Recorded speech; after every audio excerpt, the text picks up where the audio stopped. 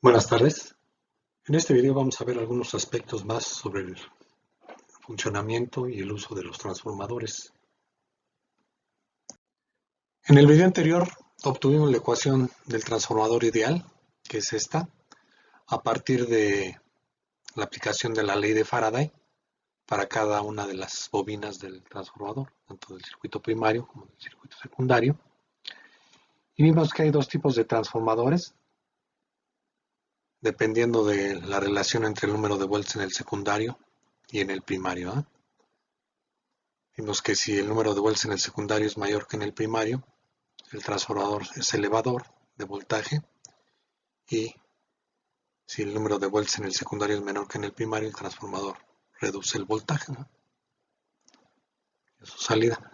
Bueno, en este caso aplicamos la ley de Faraday y analizamos el comportamiento del transformador teniendo el circuito abierto aquí en la carga de la línea de transmisión. Ahora aquí lo que voy a hacer es analizar el comportamiento de las corrientes en el primario y en el secundario, cuál es la relación, utilizando el principio de conservación de la energía, considerando que el transformador sigue siendo ideal, ¿no?, tiene 0% de pérdidas. Entonces, IP, la corriente en el primario A, cuando se conecta la bobina del primario a la FEM alterna. BP es el voltaje RMS, ¿va?, en el primario, que es igual a la FEM-RS del generador.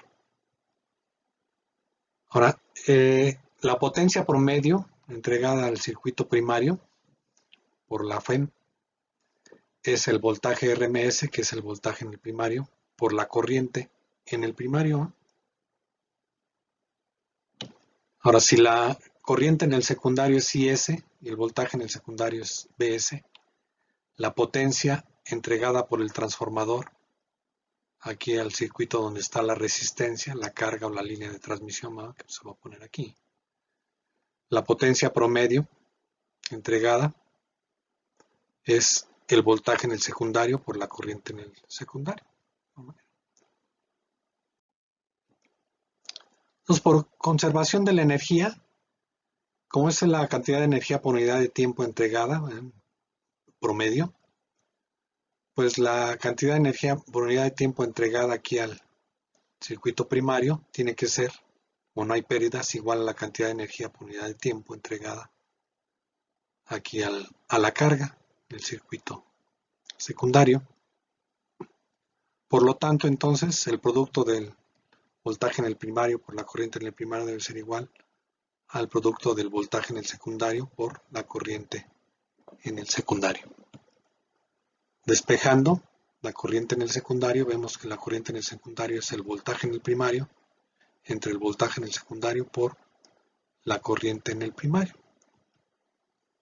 Ahora, si usamos la ecuación del transformador ideal, ¿verdad?, en términos de los voltajes, la relación entre voltajes y el número de vueltas en cada una de las bobinas, tenemos que entonces que para un transformador elevador, donde el número de vueltas en el secundario es mayor que el número de vueltas en el primario, ya vimos que el voltaje de esta expresión en el secundario es mayor que el voltaje en el primario.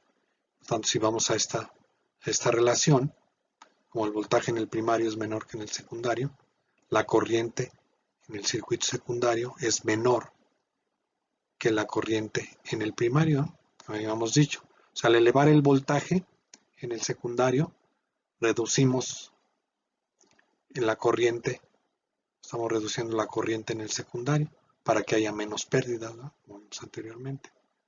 Por otro lado, para un transformador reductor, el número de vueltas en el secundario sería menor que en el primario, por lo tanto el voltaje en el secundario sería menor que en el primario y la corriente en el secundario sería mayor que en el primario. Con estas relaciones ya podemos ver por qué los transformadores son tan indispensables para la transmisión y distribución de energía desde las centrales eléctricas.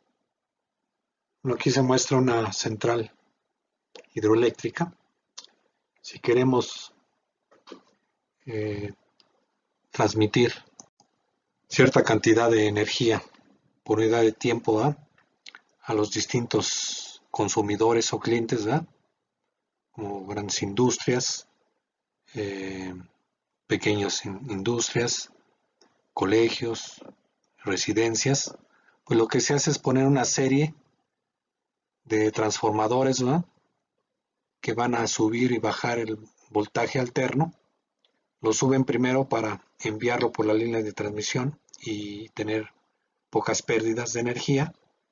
Pues se baja para entregar, por ejemplo, se baja un poco para entregar a los grandes clientes industriales que utilizan voltajes relativamente grandes. Después otra vez se vuelve hay subestaciones, ¿verdad?, de transmisión, se baja y se sube nuevamente, se vuelve a bajar y así sucesivamente. Aquí va a haber en algún detalle unos números, ¿no?, típicos de los distintos voltajes que se manejan, ¿va?, para ya clientes específicos, consumidores específicos.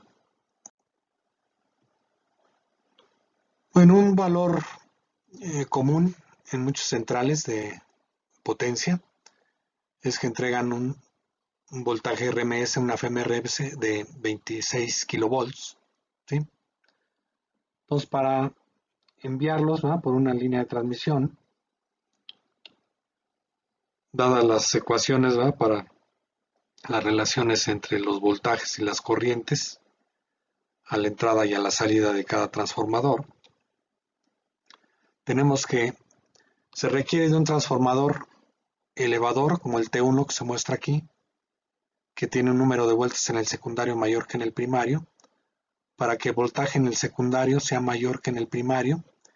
Y bueno, se manejan comúnmente en las líneas de transmisión voltajes RMS entre 130 kilovolts y 780 kilovolts.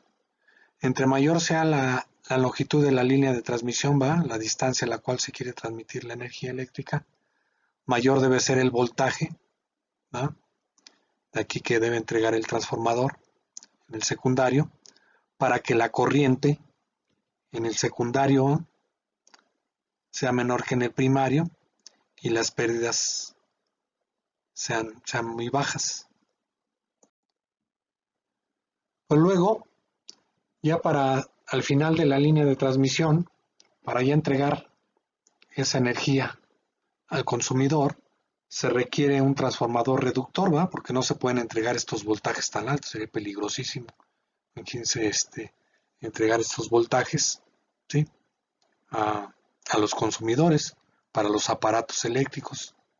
Entonces se requiere reducir el voltaje, entonces tenemos que usar transformadores reductores, tales que el número de vueltas en el secundario sea menor que en el primario y por lo tanto el voltaje en el secundario va a ser menor que en el primario.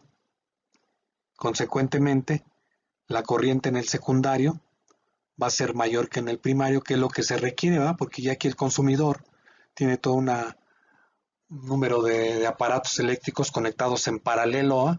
Cada uno de ellos va a consumir una corriente para un mismo voltaje. La potencia consumida va a variar, va a depender del número de aparatos eléctricos, iluminación, etcétera, que se tiene conectada en paralelo, ¿eh? Bueno, hay distintos tipos de consumidores, como mencioné anteriormente. Hay consumidores que requieren de tensión o voltajes relativamente altos. Por ejemplo, la industria pesada requiere de voltajes de alrededor de 33 kilovolts, voltajes relativamente altos. Los trenes eléctricos, que hay en muchos países, ¿verdad?, funcionan con voltajes entre 15 y 25 kilovolts, perdón. El metro de la Ciudad de México funciona con, bueno, requiere de voltajes alternos de 43 kilovolts, que después se convierten a voltajes directos de alrededor de 750 volts, que son los que requieren los vagones del metro. Luego hay otro tipo de consumidores, los consumidores de tensión baja, de voltajes más bajos. Por ejemplo, la industria pequeña, comercios, colegios, utilizan voltajes que van entre 380 y 415 volts, dependiendo del lugar, el país. Y ya los voltajes requeridos en viviendas y residencias son en algunos países entre 220 y 240 volts y entre 110 y 125 volts, ¿no? Que bueno, también estos voltajes a veces se entregan en residencias si se entregan líneas bifásicas, sería una línea monofásica, bifásicas o trifásicas. Bueno, pues con eso termino este video. Más o menos tienen una idea de la importancia de los transformadores. Muchas gracias. Hasta luego.